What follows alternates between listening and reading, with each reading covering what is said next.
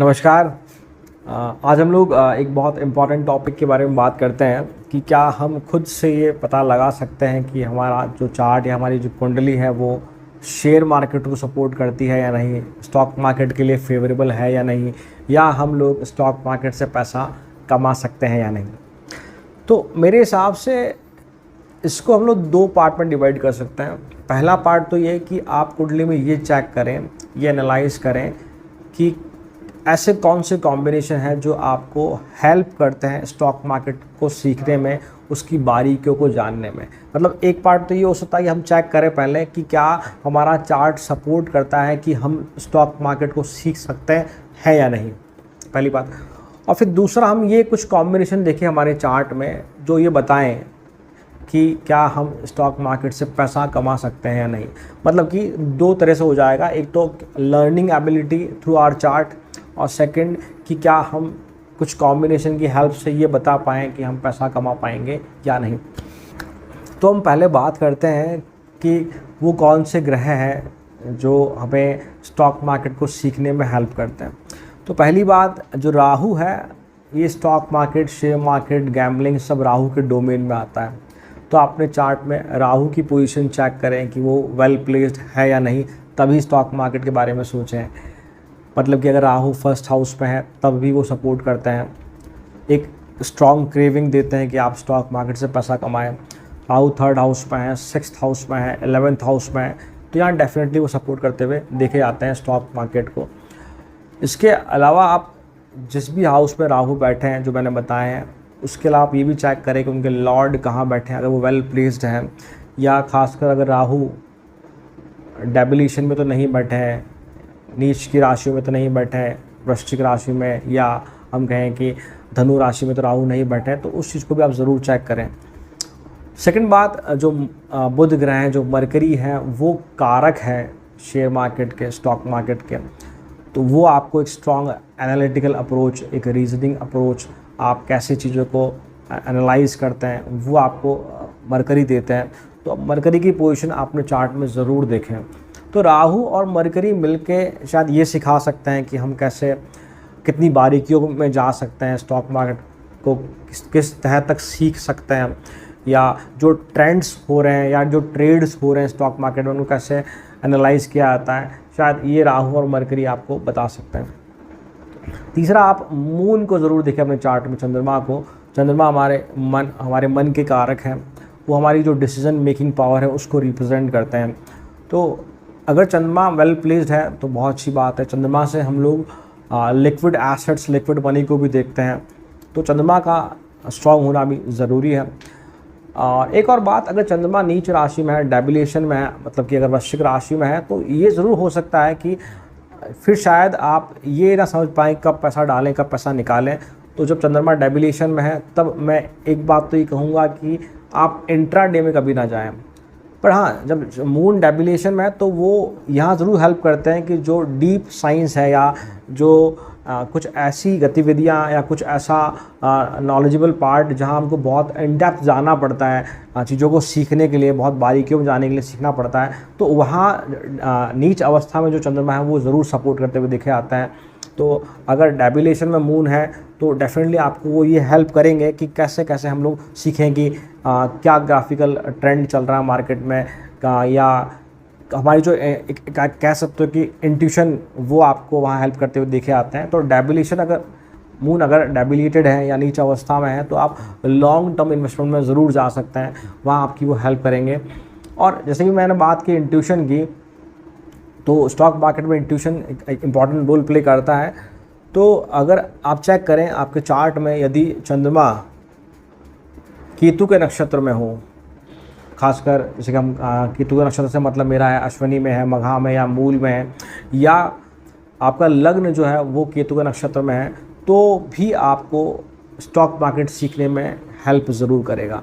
तो in short कि हम लोग पहले ये देखें कि हमारा चार्ट सपोर्ट कर रहा है या नहीं, कि हम स्टॉक मार्केट सीख सकते हैं या नहीं। तो उसके लिए राहु को ज़रूर देखें, मरकरी को ज़रूर देखें आप, और मून को ज़रूर देखें। अब हम बात करते हैं कि ऐसे कौन से कॉम्बिनेशन हो सकते हैं हमारे चार्ट में जिससे हम लोग ये डिसाइड कर सकते हैं खुद से कि हमें स्टॉक मार्केट में इन्वेस्ट करना चाहिए या नहीं करना चाहिए। तो देखो, इसके लिए आप जो हमारा सेकंड हाउस है हमारे चार्ट का, वो हमारा जो स्टोर्ड वेल्थ है उसको रिप्रेजेंट करता है। 11th हाउस हमारा जो मनी इनफ्लो है उसको रिप्रेजेंट करता है। और जो हमारा 5th हाउस है वहाँ से हम लोग स्पेकुलेशन देखते हैं, वहाँ से हम लोग गैम्बलिंग देखते हैं।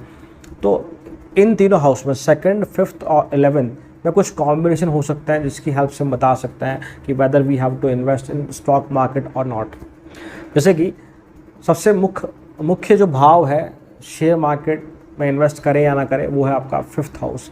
उसे आप एनालाइज करें। तो अगर आपका 5th हाउस के लॉर्ड या 11th हाउस के लॉर्ड अगर एग्जॉल्टेड है तो बहुत अच्छी बात है। सेकंड बात, अगर आपके 5th हाउस और 11th हाउस के लॉर्ड अपनी ही राशि में बैठे हैं तो भी आप स्टॉक मार्केट में इन्वेस्ट कर सकते हैं। 5th हाउस के लॉर्ड आपके 11th हाउस में बैठे हों और 11th हाउस के लॉर्ड आपके 5th हाउस में बैठे हों, तो ये जो परिवर्तन योग बनता है, और ऐसी कंडीशन बन रही है तो भी ये आपको जो कॉम्बिनेशन है वो सपोर्ट करता है। 5th हाउस के लॉर्ड अगर नीच अवस्था में है, परंतु अगर नीच भंग योग बन रहा है, तब भी आप कह सकते हैं कि आप स्टॉक मार्केट से पैसा कमा सकते हो।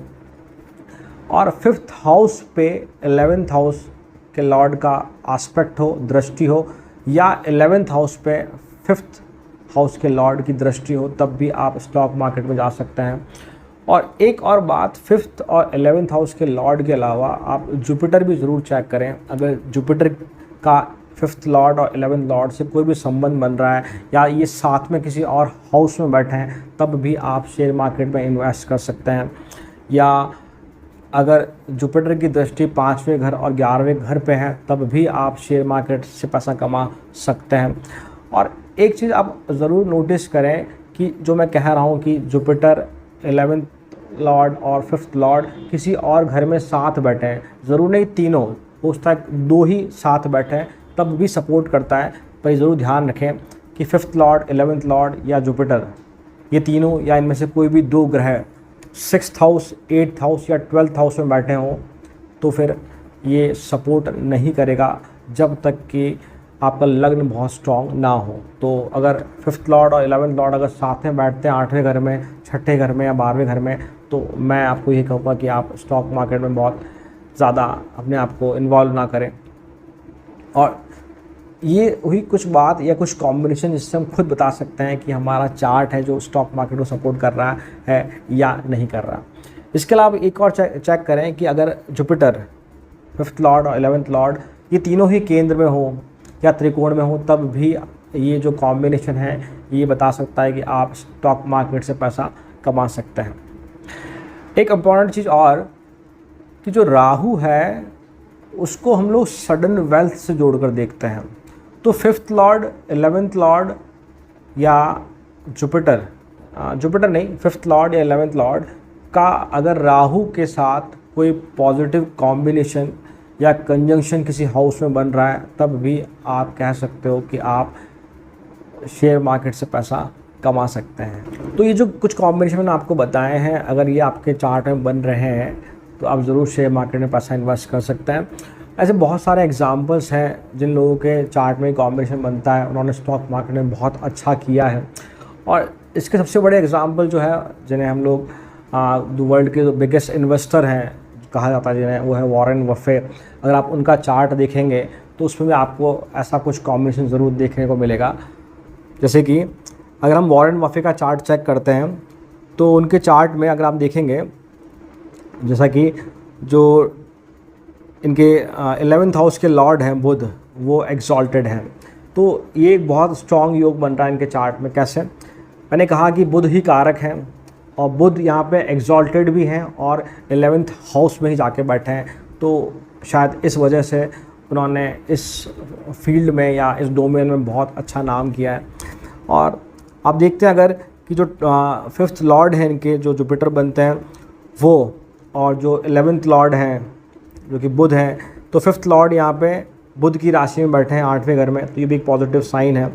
और अगर हम बात करें कि फर्दर आप देखेंगे तो इनका जो लग्न है वृश्चिक लग्न है, मतलब कि जो मून है वो स्कॉर्पियो साइन में है। तो मैंने आपको बताया कि मून जब स्कॉर्पियो साइन में है तो वो एक स्ट्रॉन्ग पावर देते हैं आपको कि चीज़ों को कैसे कुरेदा जाता है या चीज़ों में कितना इन डेप्थ जाया जाता है, किस तरह से उनको बहुत स्ट्रांगली डीपली एनालाइज किया जाता है। तो यहाँ पर वो चीज़ आप कह सकते हो कि मून इनको सपोर्ट करते हुए देखा जा रहा है। तो मून भी इनको सपोर्ट कर रहा है। 11th लॉर्ड बोथ इनकी चार्ट में एग्जॉल्टेड है और 5th हाउस के जो लॉर्ड है उनका भी मून के साथ डायरेक्ट कनेक्शन बन रहा है, वो उनकी राशि में बैठे हैं। तो ये जो मैंने पॉइंट बताए आपको, इनसे आप इनको आप अपने चार्ट में भी लगा के देख सकते हैं। एक और एग्जांपल की हम बात करें तो जो हमारे इंडियन वॉरेन बफे हैं, जो राकेश झुंझुनवाला है, आप उनका चार्ट देखेंगे तो आपको वहाँ भी कुछ चीज़ें देखने को मिलेगी। तो अगर आप उनका चार्ट देखते हैं तो उनका जो 5th लॉर्ड बनते हैं वह शनिदेव हैं, उनका गुरु के साथ डायरेक्ट संबंध बन रहा है। वो 4th हाउस में जुपिटर के साथ बैठे हैं और इसके अलावा आप देखेंगे तो जुपिटर के साइन में भी बैठे हैं। तो ये एक स्ट्रॉन्ग कॉम्बिनेशन है, जैसा कि मैंने बताया। तो आप इससे भी एनालाइज कर सकते हैं कि आपके चार्ट को वो सपोर्ट करेंगे या नहीं करेंगे। और आप देखेंगे अगर इनके जो 4th लॉर्ड हैं जो जुपिटर खुद है, और तो ये 3 चीज़ें कि जुपिटर, 5th लॉर्ड और 11th लॉर्ड की हेल्प से आप बता सकते हैं कि आपका चार्ट सपोर्टेबल है नहीं। तो ऐसे बहुत सारे एग्जांपल्स हैं, आप इस कॉम्बिनेशन को अपने चार्ट में ला के देख सकते हैं कि आपका चार्ट सपोर्ट करेगा या नहीं करेगा। अब बात की ऐसे कौन से कॉम्बिनेशन है अगर वो आपके चार्ट में बनते हैं तो मैं कहूँगा कि आप शेयर मार्केट में इन्वेस्ट ना करें। अगर राहु मून के साथ कंजंक्ट है, डिग्री वाइज अगर क्लोज है, तो मेरे हिसाब से आप स्टॉक मार्केट में इन्वेस्ट ना करें। राहु अगर जुपिटर के साथ कंजंक्ट है किसी हाउस में, स्पेशली 12th हाउस में, 11th हाउस में, तो आप स्टॉक मार्केट में इन्वेस्ट ना करें। और एक बात कि अगर राहु 11वें और 12वें भाव में बैठा है तो आप ज़रूर चेक करें कि वो किस राशियों में बैठा है, बिकॉज राहु का ही डोमेन है यहाँ। तो राहु कई बार ऐसी कंडीशन क्रिएट कर देता है, स्पेशली जब राहु 1st हाउस में है या 11th में या 12th में, तो आपको स्ट्रॉन्ग क्रेविंग देता है कि नहीं हम स्टॉक मार्केट से पैसा कमाएं। और इनिशियली आप पैसा कमाते भी हैं, आपने 5,000 कमाया, कुछ समय बाद आप 15,000 माइनस में आ जाएंगे। तो ये आप ज़रूर एनालाइज करें। तो स्पेशली जब राहु 11th और 12th हाउस में है तो आप किसी से, अगर आप चाहते हैं स्टॉक मार्केट में इन्वेस्ट करना, तो आप किसी से एडवाइस ज़रूर लें, उसके एडवाइस के बिना आप इन्वेस्ट ना करें। और अगर मान लो हमारे चार्ट में ये जो मैंने कॉम्बिनेशन बताया है कि कब स्टॉक मार्केट फेवरेबल है, अगर ये नहीं है और सिर्फ जुपिटर अगर स्ट्रॉन्ग है, तो आप कमोडिटीज़ की हेल्प से या उसमें इन्वेस्ट करके आप पैसा कमा सकते हैं।